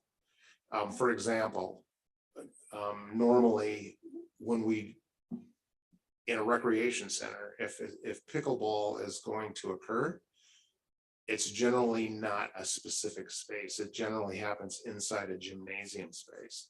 So is building a gymnasium the right thing to do? It can handle a lot of different activities. It can handle volleyball. It can handle public meetings. It can handle pickleball. It can handle basketball. It can handle sign up for summer camps. I mean, there's a lot of things that can happen. So we consider all those activities and creating that multi-use space in every single space within the program in as much as is possible. So rest assured, pickleball will be on the radar screen. And this is not a complete list either. It's just what fit on the slide. So it just was illustrated to show you the kind of information that we'll be preparing. So one of the things that we'll be looking at is site analysis, and just quickly looking at the existing Shriver Park site. You know, the site's obviously got a lot of constraints associated with it, and this is not any sort of final design. It really just looks at opportunities of where potential building locations could occur. If there's a new building warranted, or if there's additions warranted to the existing facility. And it's a tight site. It's obviously in the floodplain. You know, those things need to be considered. And so we'll be again, this is just exemplary of the things we will be looking at. Vehicular access, there's existing vehicular access now to the site, to the parking lot. There's an emergency bridge that somehow we're told that somehow that's used by the fire department. If you tried to build that now and use it, they would probably scream bloody murder. You know, there's the beaver pond. There's lots of trees that don't want to be taken down. We just heard a lot about trees, and we understand your desire to keep trees and not to have to replace them. So all those things will be considered. All these little numbers on here, the 6244, the 6246, this just is just an approximate surface elevation from topography. So we understand sort of in the most rudimentary sense what could occur during a flood event, really, more than anything. We know there's a spring right in the middle of the parking lot. So all those things have to be taken into consideration when you start laying out the potential for a building. The building that's closest to, what's the main road again that runs right through town? What's the name of it? It's called Manitou Avenue. Manitou Avenue. That makes sense, doesn't it? You can see that there's a potential building footprint there of 21,000 square feet. That's a pretty good building footprint. Conversely, up next to the existing pool, there's a building footprint shown there of 9,200 square feet. So that just represents expansion potential, really, more than anything. or possibly new construction more than anything. So it's constrained no matter how you look at it, but obviously, you know, some of the things that we've heard from some of the stakeholder meetings that we've had is there's very little visibility to the existing building across the creek. So it's somewhat obscure. There might be some benefit to pulling that building out if it's warranted towards Manitou Avenue to provide more visibility. So we'll just be looking at those things. And again, this is just the most fundamental sort of look at it right here to just show some potential more than anything. So next slide, please. So then we'll move into the operations analysis. By this time, we will have obviously we'll have the facilities assessment in hand. We'll have the program in hand in response to the demographic needs. We'll have design solutions in hand. And then we'll start trying to come up with a final report that actually predicts what these new improvements will result in from a fiscal standpoint. So Jeff, if you want to run through some of these things, Jeff is going to be really handling that operations analysis piece. Yeah, we will build our operating pro forma to very much like you would do a typical city department budget. We'll work very closely with Skylar and his staff and have a good understanding of how the operation cost might change depending on what the outcome of this process is. But it would be done using the same terminology and the same processes that you use currently for your budget processes. And it would include not just the expense side, we're also going to be looking at the revenue projections as well.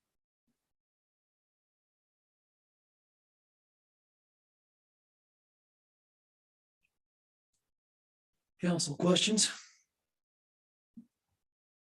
Nancy, please. Thanks. I was just wondering on your phase 3 operational analysis, do we have any sense of how many Manitou residents we are losing from Manitou to like Woodland Park since they opened their new pool and recreation center to some of the stuff in Colorado Springs?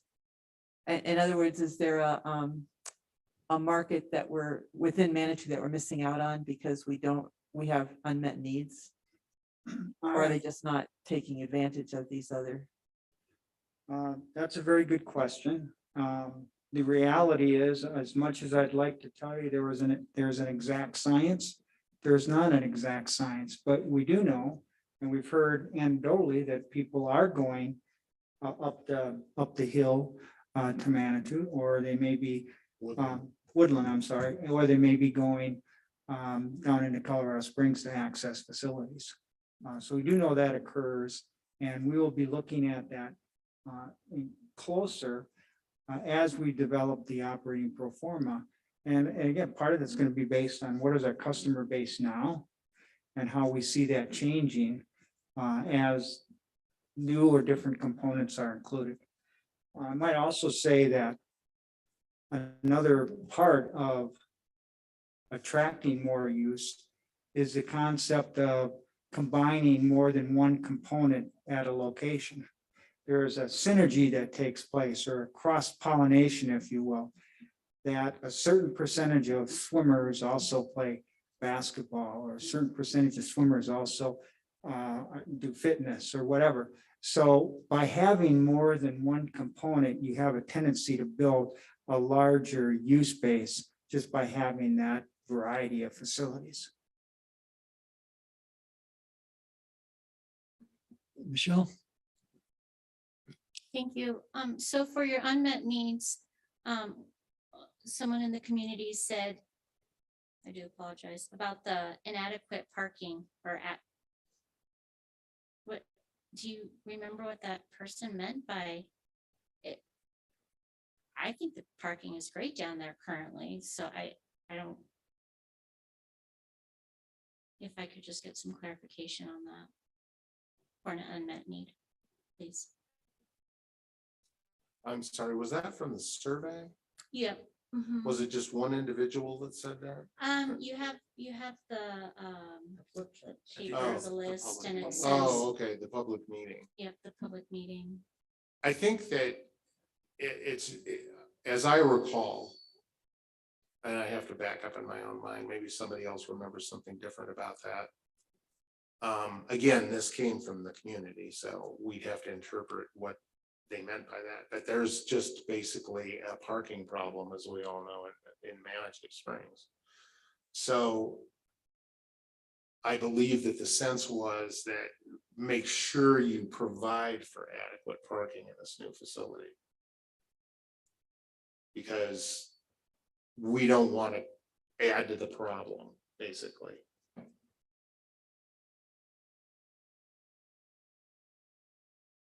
Julie? This is a different kind of question, but does it make sense for, would it help save some time or some money if we gave some guidance to the consultants regarding the amount of money that we've budgeted for the pool, so that they don't spin their wheels giving us some, big architectural design of this, place that we have no interest, we have no money to do any, any big ideas. So would it help if we try to focus them on, the simple things and the amount that we've budgeted for the next year? I think that would make sense. I think it'd make a lot of sense. And I hate to see them do all this work, and I hate to see us pay to do all this work for something that's not going to happen for 5 years or more. So I just didn't know if we could stay more focused based on the results of our meeting on Sunday. Yeah, I think that's a good point, Julie. And it seems like we've got a certain amount of history in attempts to do like rec programs at the swimming pool and things. Well, I know when my kids were small, they took swimming lessons down there. Those were generally pretty well attended in the summer and on Saturdays.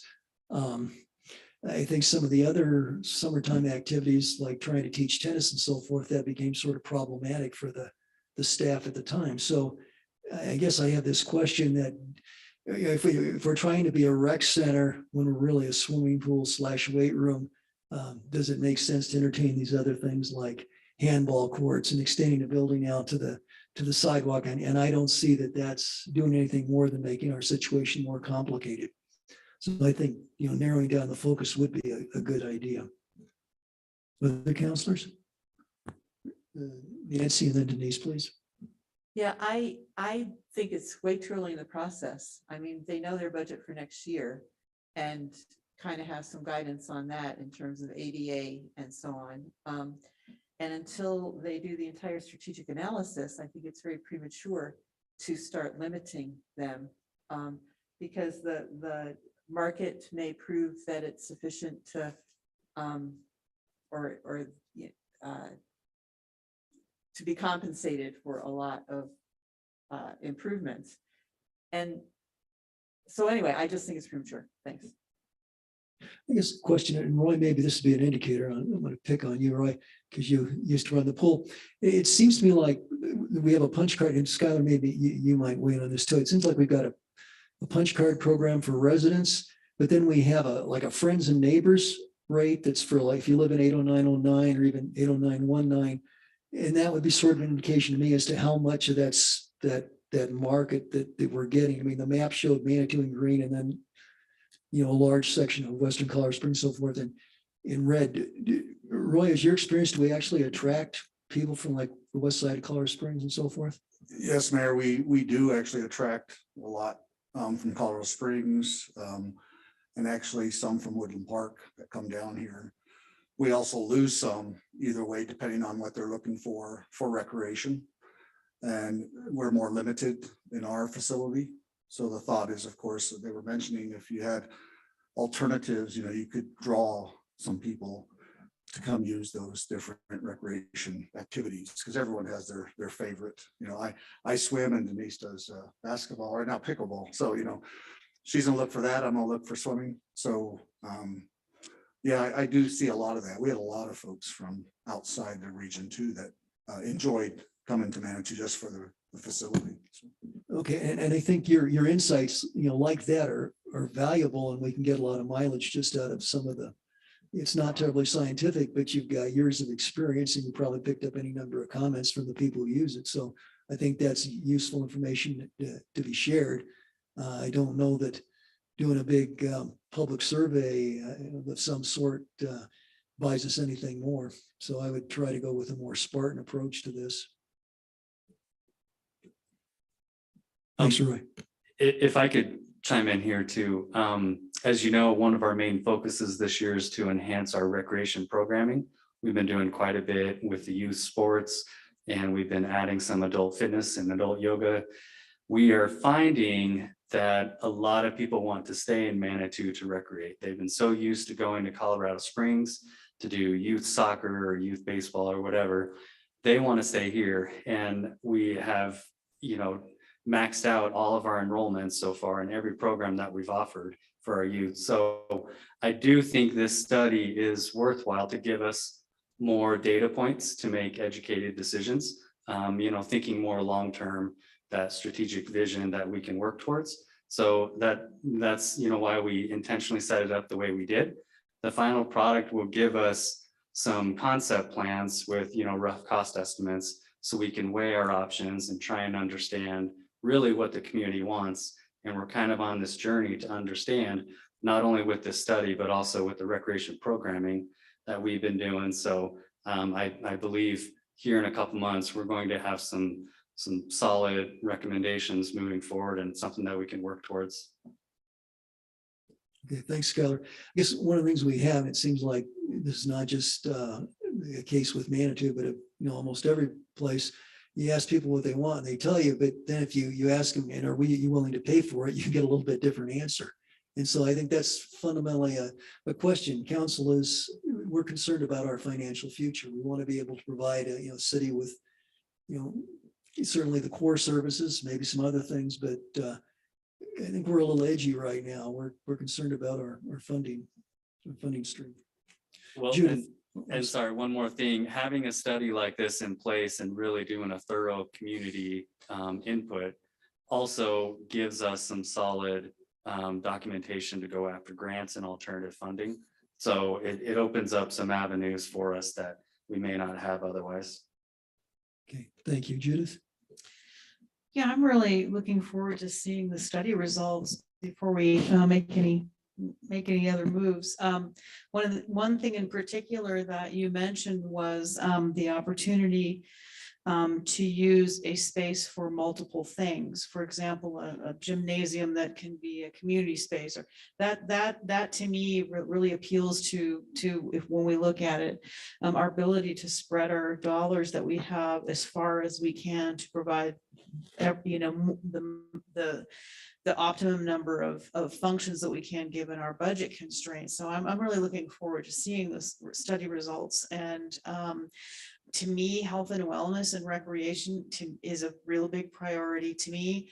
I take my granddaughter to the pool in the summer, and I'm amazed at how many people, up to half the parents that I talk to there, that are from out of town, that come to our little pool because it's so pleasant. So I'm looking forward to it. I would concur with Councillor Fortune. Okay. Julie, and then Natalie. Just a quick question. I looked up the other day to see where they have these gyms that allow you to go for free when you're on Medicare, and the silver sneaker thing. And they had all these different community centers and in Colorado Springs, as well as major gyms, but there wasn't anything for Manitou. I don't know if the rate of reimbursement is unattractive to Manitou, or if we've ever applied for that or whatever, but that was just a thought as a way to help seniors who may not want to have to travel that far. I can answer that question.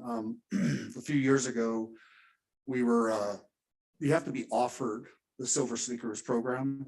You can ask for it, but those put you on a list, and it's up to them to decide if they give it to you. And it's based on separating those a certain distance between each other. So we were offered it years ago, but at that time, council and city administration didn't want to do it because of some issues of they get certain rights to use the facility at certain times. So they couldn't find a decision to make that work for Manitou. So we lost that opportunity. Recently, or probably 4 or 5 years ago, I started trying to reach out again, and they said they'll reach out to us if there's an opportunity in the future. And currently there probably still is not, because they haven't heard anything. So I would continue just to reach out to them periodically, and maybe we can revisit that, because I think it is a great program. So good point. Thank you. Natalie, did you have a I just question? wanted to say that I agree with Judith and Nancy about the results of the study. I'm looking forward to really hearing from the community on this one. And I can just say right now, I'm not an active pool user, and I look forward to being one. So this is exciting. Okay, thank you. Anything else? I guess not. Well, thank you all very much. I guess we'll see you again at some point in the future here. Thank you. Okay, council, that brings us to council correspondence. Anybody have anything? Judith? Just a few items. I think probably you may have already taken care of this, Denise, but I did notice on the weekly report that next Tuesday was listed as a regular council meeting. And I just wanted to remind you of that. Probably don't have the microphone close enough. I'm sorry. I neglected to mention a few council meetings ago that on Memorial Day, a group of people went out and completely replanted all of the planters in the URA. We were out there for many hours in the heat, myself, Becca Sigbert, Melody Doherty, 4 other people whose unfortunately names I can't remember. But I just wanted to give kudos, because I think it looks really great. We've learned from a lot of mistakes that were made, and certainly understand better the harsh conditions of both the planters and the URA. But a lot of people don't know that all 24 planters, we are collecting pollinator data. That's one of we volunteer to sponsor. So we are collecting data that hopefully will help us to become a certified pollinator district. So they look nice, and also they're very functional, and also we're getting some data from that. And lastly, I just wanted to say kudos to my fellow council members. I thought that the budget retreat was incredibly productive. It's hard to come out on a Sunday, and staff, I'd like to, really say kudos to staff, and particularly call out Mayor Pro Tem Shada for giving us that interactive tool that really, I'm sorry, I know he hates this, but really, I mean, it saved us so much time and energy, and it really made, to me, the process so much more interactive. So I just wanted to say thank you to my fellow council members for a really productive budget retreat. That's all I've got. Thank you. Anything else? Okay. I guess I'd like to echo my appreciation too. I think Denise and John added quite a bit, both in a little bit different ways. Denise, you had it pretty well organized. I mean, very well organized. We had a productive morning, learned a lot. We were able to move, I think, into a fairly decisive phase, obviously. And John, your implementation of that tool was very helpful. There was a little bit of magic in the air. So great. Thank you. And thanks for everybody for your participation. I thought that was a great meeting. Let's see, I've got one thing. I think this afternoon, Denise, Dole, and I attended a meeting in Woodland Park on Highway 24 safety. And there were there were 4 or 5 CDOT engineers up there. So we heard some of their plans for the future, and we expressed some of our concerns. So hopefully we'll be able to have a better interaction with CDOT. So I don't know, Denise, maybe you want to add on to that?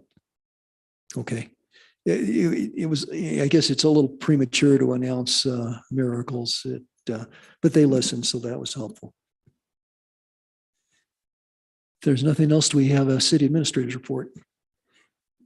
Real quick, the The side, no, the crosswalks at the school are painted now, or I think we got them both done with, and they're color coded type paint. So they're more visible. They look good. During that process, a sinkhole developed on the Pawnee, pretty large one. Luckily, no one drove into it or because they were out there working at slow traffic. They shut down that part of the road, and tomorrow morning, 7 a.m., 8 a.m., they're coming in to repair that sinkhole. If the manhole is also sunk in, so that may have to be replaced. If they don't have that piece, that might take a little longer. They're going to continue with painting crosswalks, I believe, on El Paso, and work with the with Becca Seipert and the Creative District. And then the MAPS project is trying to finish up the road paving this week. So cross your fingers, weather's looking good, and they're making some progress to get that completed for the road asphalt. And then they'll continue finishing out the edges. So that's all I have. Thank you. Thanks, Roy. Denise? So I'll give the good news and then the bad news. How about that? Or do you want to end with good news? Tell me which way you want to go. Maybe I'll give the bad news first. Yeah, bad news first. So I just found out that the meeting on Saturday was not recorded, and I do not know what occurred. You guys saw me working the record system, trying to make sure it was on and off, all of those things. So Judy told me that it was working. It looked like it was recording. It was moving up and down, but she just announced that it was not recorded. So we will put the spreadsheet as public information so that everybody has that information as we move forward. But the conversation was not recorded and will not be available for the public. Or Sunday, I'm sorry. Yeah, thank you for this budget retreat. So I just want to share that with all of you that unfortunately that did not record. And you saw me working it, making sure, showing that it was recording, but somehow it did not work. We'll see if there's something that we can find that maybe we don't know about, but I do want to announce that. And then tomorrow does start the chipping event in the neighborhood. So we'll start up at Crystal Hills, and that will be the first neighborhood that we'll be doing. And I know that several people have been reaching out to us wanting to know when it's coming to their neighborhood, and we'll continue to announce that. But that's our first one, is starting tomorrow. Thank you. And thanks all of you for Sunday. I also agree it was a great event, and thank you.